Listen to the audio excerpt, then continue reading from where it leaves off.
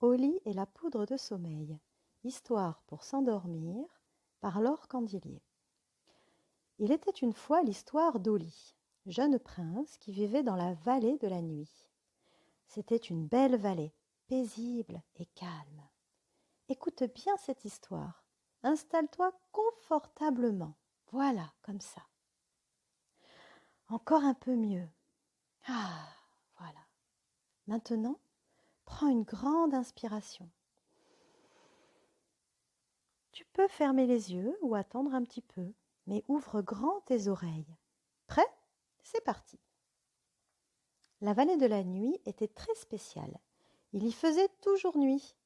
Il y avait un château avec un roi, le roi Gros Dodo, et la reine Couette. Ils étaient très gentils, mais surtout ils avaient un fils, le prince Oli.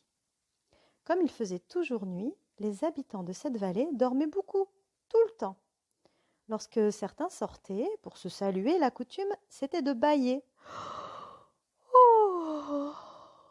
Cela signifiait qu'il fallait vite retourner se coucher. Il n'y avait jamais de guerre, ni de tonnerre, ni de grève des étoiles. C'était une vallée calme, tellement calme. Et puis un jour, la fée Madame Soleil, sur son balai, survola la vallée. « Mais qu'est-ce donc que cette sombre vallée ?» pensa-t-elle. « Pauvres habitants, ils ont dû être ensorcelés. Ne voient-ils donc jamais le jour, ni les arcs-en-ciel ?» Alors la fée Soleil dispersa un peu de poudre de lumière sur la vallée. De ce jour, tout changea. Les rayons du soleil chassèrent l'obscurité. Comme les habitants n'avaient pas de volets, ils furent tous réveillés. « Misère, mais que se passe-t-il ? Où est donc allée Notre-Dame la Lune ? Impossible de fermer l'œil, c'est une malédiction !» Les jours passaient et rien ne changeait, et tout le monde était de plus en plus fatigué, tellement fatigué. Il n'y avait rien à faire, impossible de trouver le repos. Ils avaient tellement envie de dormir. C'est alors que Oli prit une grande décision. Il avait entendu parler d'une poudre magique, la poudre de sommeil, qui pourrait permettre à toute la vallée de retrouver une vie normale. Alors un matin, sac sur le dos, il prit le chemin de la montagne, un long chemin sous un soleil de plomb. Il marcha des heures pour arriver enfin à sa destination, la montagne des rêves.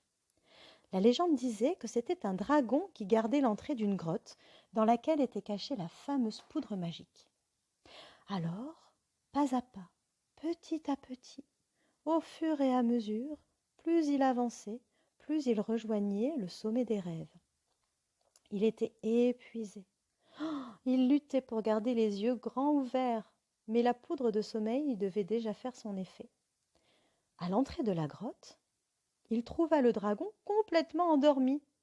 Cette grosse bête ronflait si fort que la roche tremblait. Pshhh. Est-ce que toi aussi tu connais quelqu'un qui ronfle si fort qu'il fait trembler les murs ? Trop facile de passer. Oli put remplir son sac de poudre de sommeil. Il avait les paupières lourdes, si lourdes, les paupières tellement lourdes. Il bâillait encore et encore, mais il fallait vite rentrer. De retour dans la vallée, tout le monde l'attendait. Vive le prince Oli, vive la vallée de la nuit, vive Couette et Gros Dodo. Depuis ce jour, chaque soir, Oli disperse depuis le château une pincée de sommeil, et toute la vallée s'endort tranquillement pendant quelques heures avant que le soleil ne revienne les réveiller. Bonne nuit à toi aussi. Tu peux maintenant fermer les yeux et t'endormir profondément.